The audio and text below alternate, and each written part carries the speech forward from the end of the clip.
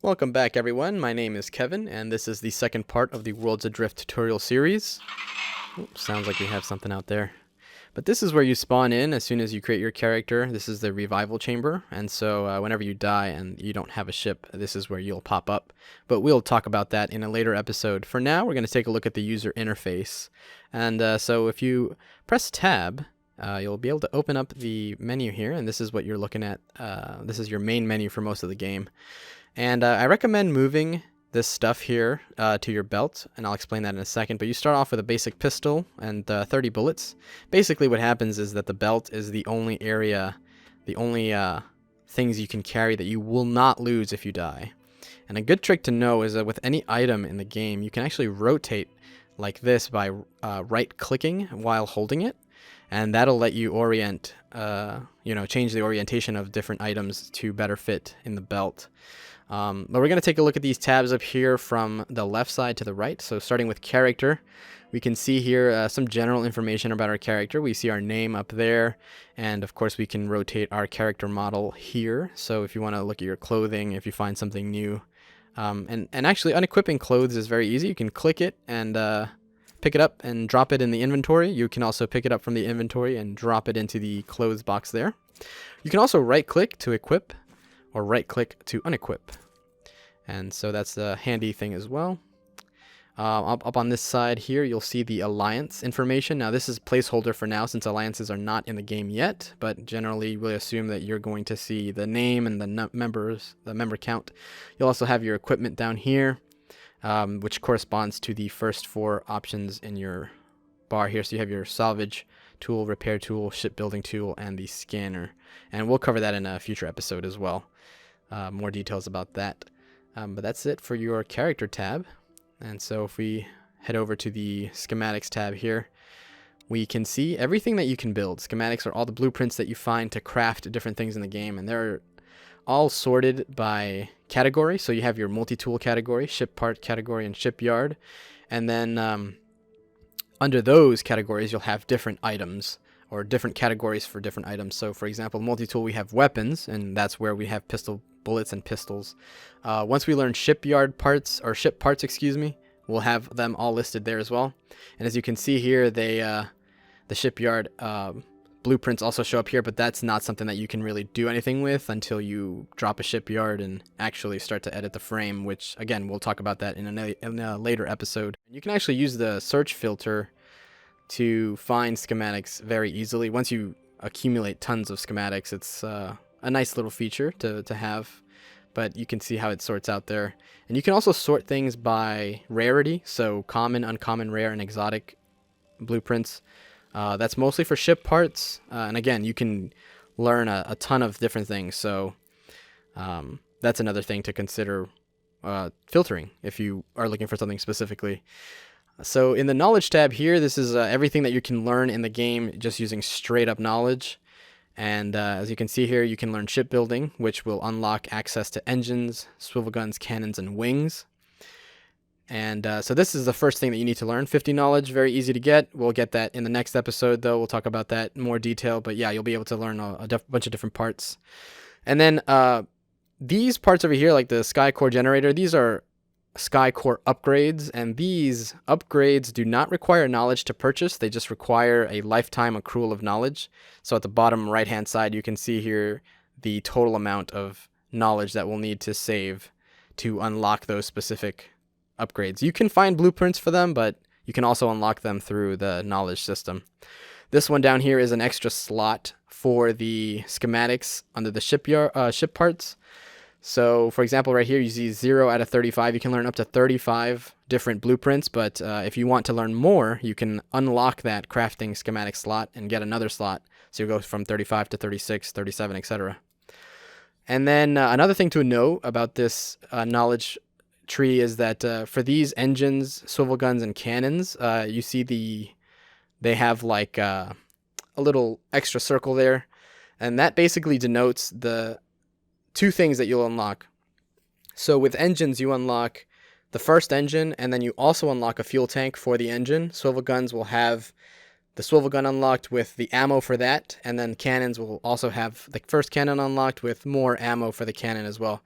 You don't have to waste your knowledge on those first trees to unlock those ammo types or the fuel tank, for example. You can find them in chests, the blueprints. You can learn them that way, and you can save yourself some knowledge. But if you don't find the blueprints and you're getting impatient, you can just learn them, and you'll learn the blueprints for those ammo types as well. This crew tab here will let you create a crew, and the crews are basically like groups, like friend groups. And so what happens is if you have friends you want to play with and you guys want to meet up together, you can use this system.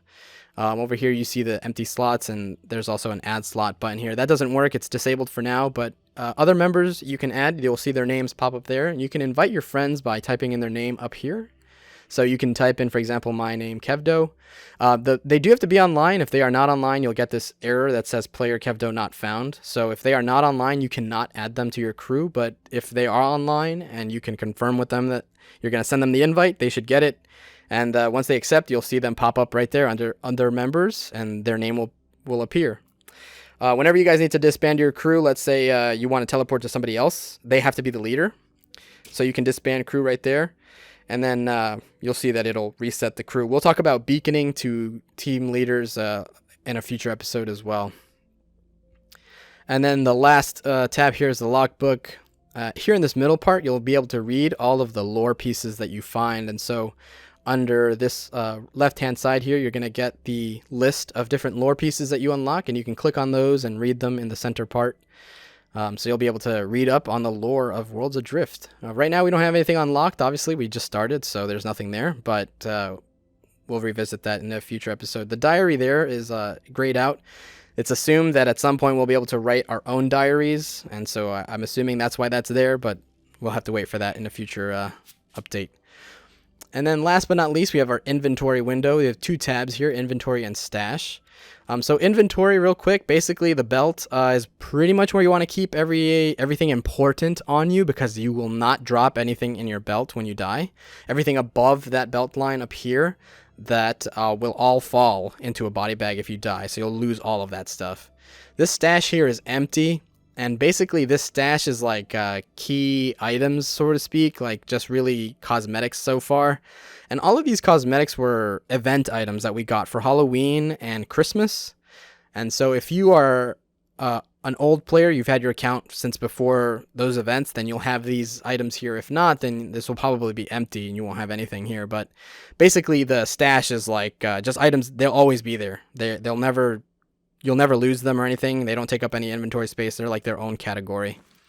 And so I'll equip these just to show you real quick.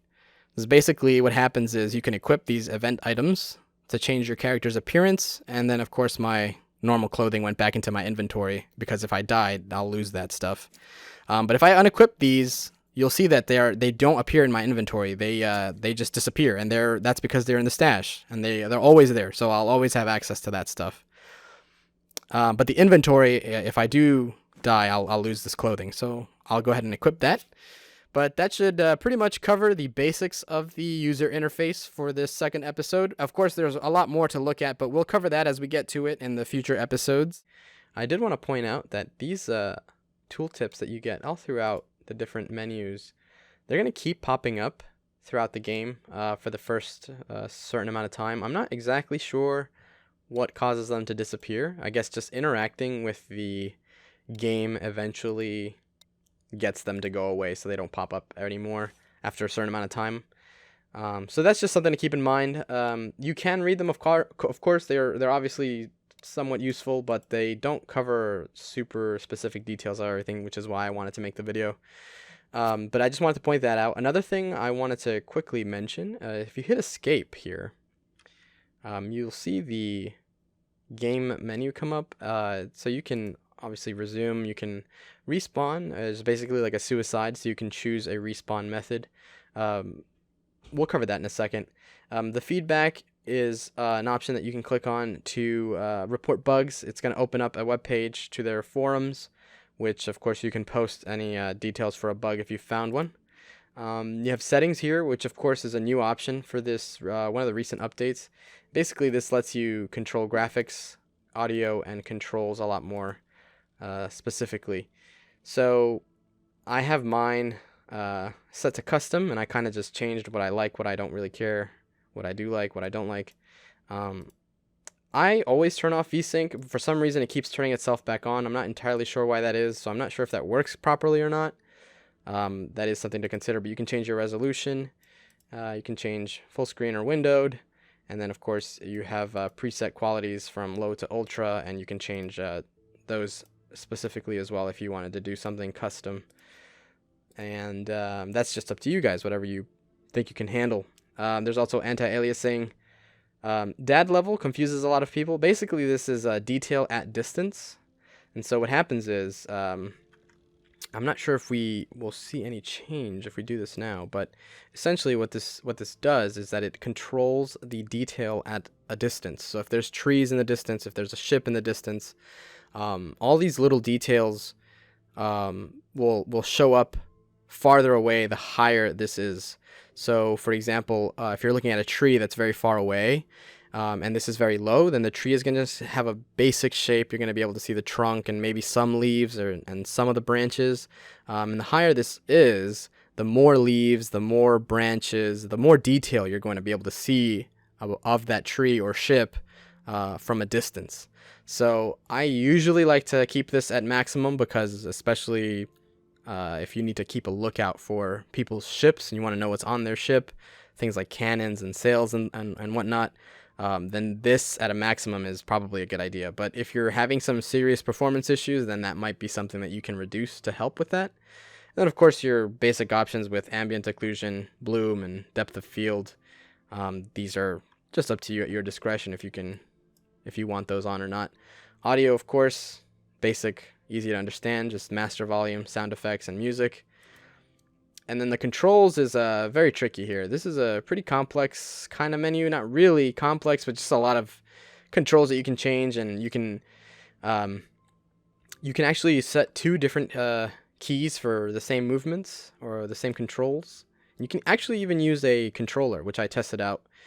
That's why you see the joystick here. I use an Xbox One controller, and that seemed to work. So I set some of these buttons up. The Xbox One controller, though, it's a little wacky with the controls because it seems like the game already has specific controls preset with the controller, and so even if you changed it didn't really... it was just it didn't work very well. So I don't recommend using an Xbox One controller. I mean, you can try, but it's really weird. But I did it just to experiment. I did change some of my controls, as you can see here. I mean, this is all up to you guys, whatever you're comfortable with. The defaults are not bad, but for running and reeling in and out, I changed them to my mouse buttons just because it's way more convenient for me. But again, this is all up to you guys, so whatever you feel like you want to edit, you can. But I'm going to be using the default scheme in the tutorials when I explain different things, of course. So yeah, just wanted to cover that real quick. And then also, you can log out, go back into the character select screen if you want to do that, or exit the game completely to close it entirely. Another thing that I wanted to mention was that you can press F1 for controls. That's part of the interface. Feedback shortcut is F2. And another cool trick is the F4, which turns off the user interface entirely. So that's a good thing to know if you want to take some screenshots. Like, for example, right now I have the menu open. If I press F4, it all disappears. Of course, my mouse is in free movement because I'm in the menu. So when you're taking screenshots, you want to angle your shots, you can just take a look and press F4 and then take your screenshots. But that's a good tip to know as well. And then at the bottom here, let's see if I can bring up my menu. You'll see these 1 through 8. You can set your shortcuts here. So for example, if we wanted to set the pistol on one of these options, we can click and drag it. Also, you can right click and equip it, and it'll just equip it to the lowest available slot. You also have your health up here, 100 out of 100. Obviously, if you reach 0, you die. And then there's always a little closed beta and the version number, just so that we all know what version we're on. But that should cover everything as far as the menus go. But again, if you guys have any questions, definitely let me know. And that should cover everything. Well, alright guys, thank you for watching this second part of the tutorial series for Worlds Adrift. We'll continue on to the next part with part 3. We're going to cover basic controls and tie some of the loose ends that we left open here. But anyways, if you guys have any questions, like I said before, you can comment them down below. Hit the like button if you liked the video, that helps me out as well. And subscribe for more content. Hopefully we'll be making more of these Worlds Adrift videos soon enough. Alright, catch you guys next time. Take care.